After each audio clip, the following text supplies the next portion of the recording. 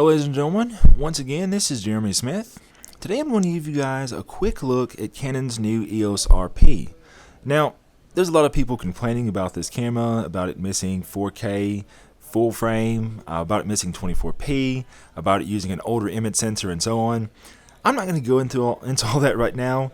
The thing is, guys, this is a $1,400 full frame camera, and I think that for a $1,400 full frame camera, I think it's going to be great for its intended target audience.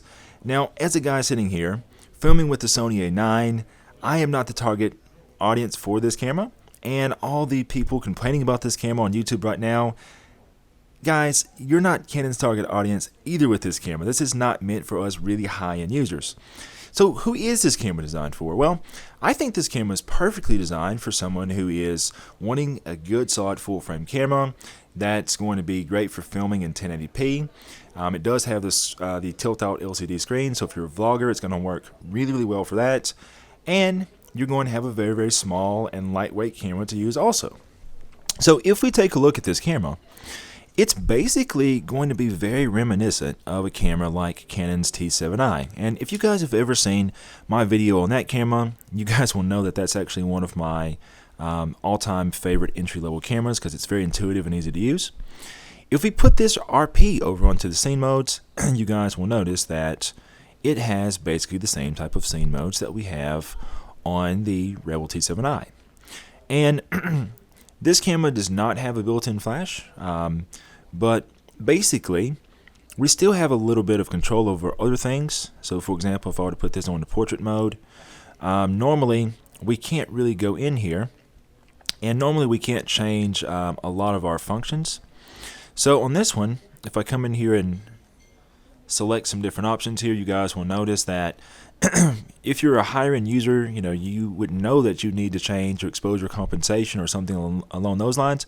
But with this camera, you do have just a simple brightness adjustment here. So you can go brighter and darker, and it presents it to you in a very easy sort of interface. It basically takes a lot of the jargon out of photography in its scene modes. So a lot of cameras that don't give you control over anything in the scene modes, this camera still lets you do this exposure compensation, which it's basically calling brightness. We can still go in here and do other things too. And we can change our focus areas.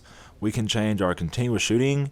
We can change our video quality. So it's very easy to get to things, despite us, being in a more automatic mode. Of course, if we go over to the more manual modes, we have the ability to go in here and adjust things just like we would normally do this. So we have our shutter speed and our aperture adjustment in the same fashion that we would normally have it. Now, I haven't used this camera a ton so far, but here's a couple things that I've noticed as sort of pros and cons. One con is that even whenever you are using this tilt out screen, so if you tilt it out like this, obviously this is a really great feature. This is something I'd like to see on a lot more cameras. Sony, are you listening to me? It'd be nice to see this on a lot of other models. But basically, the con is, even when you have this screen flipped out like this, and you get near the sensor, the camera still turns off the display, which is kind of annoying if you use this as sort of like a waist level viewfinder. Most cameras realize that you have the screen sort of tilted out, and they will go ahead and disable the sensor. This one doesn't do that. So that's one little con I've come across. The other con is that even though the nice menu interface is a good thing from the Rebel to carry over from the Rebel T7i, the thing that's not so good to carry over, in my opinion, is this LPE17 battery. Now, I'm not sure how this is going to hold up long-term wise. As you guys know, the sort of CEPA ratings on batteries for mirrorless cameras are kind of skewed. So more testing is going to be necessary to figure out how the battery life does.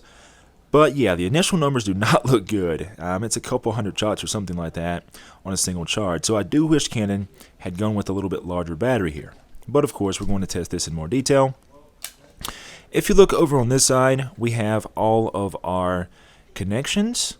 And we have this trend carried on from the EOS R of going to a USB-C type connection, which is awesome. I'm glad that the camera industry is starting to sort of unify with that USB-C connection. We also have our remote jack up here. We have our microphone and our headphone jack down there. This camera does have an intervalometer built in too, which I thought was pretty neat. And of course, if you want to be able to fire the camera remotely without plugging in this wired remote, you can actually use the app. And if you guys haven't seen my video on that, I will link to that as well. So basically you have a lot of functionality there. You guys notice that I do have this Canon 35mm 1.8 macro lens on the camera.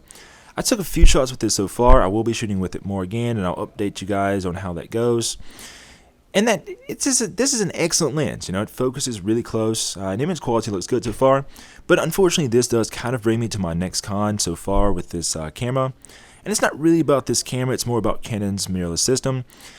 I do wish that we would get more sort of average and entry-level lenses. You know, again, for the target market that this camera is aimed at, folks are not going to want to spend $2,000 plus on a 51.2 or a 28 to 70 f2. I mean, Canon, they need more small, lightweight lenses to go with this small, lightweight, and inexpensive camera body.